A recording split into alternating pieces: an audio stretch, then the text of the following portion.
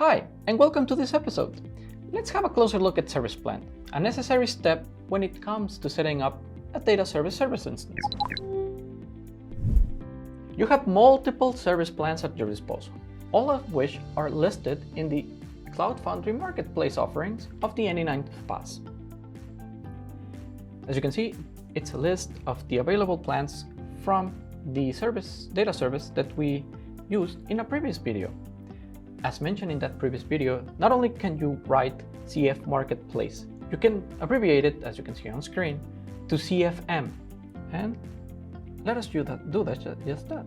Okay, so it should give us the same result. Perfect. As you can see, the offering has certain names listed, such as Ready Single Small. These are known as service plans.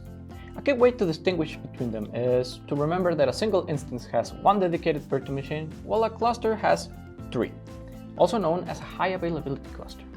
In summary, service plans are important because they are a way to define your data service instance, meaning that, for example, a small service instance, you don't need that many resources. Thus, you want a small ephemeral disk, and you don't need that much either RAM or processing power, so a small service would be enough.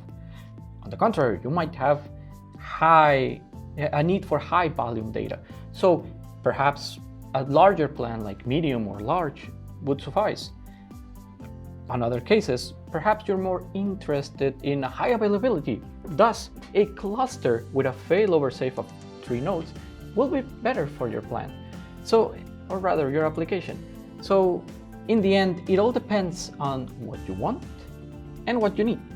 And now you have your crash course on what service plans are and how they influence your decision over the creation of a service instance.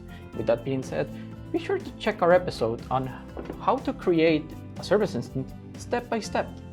Thanks for watching, and don't forget to comment below. Until next time.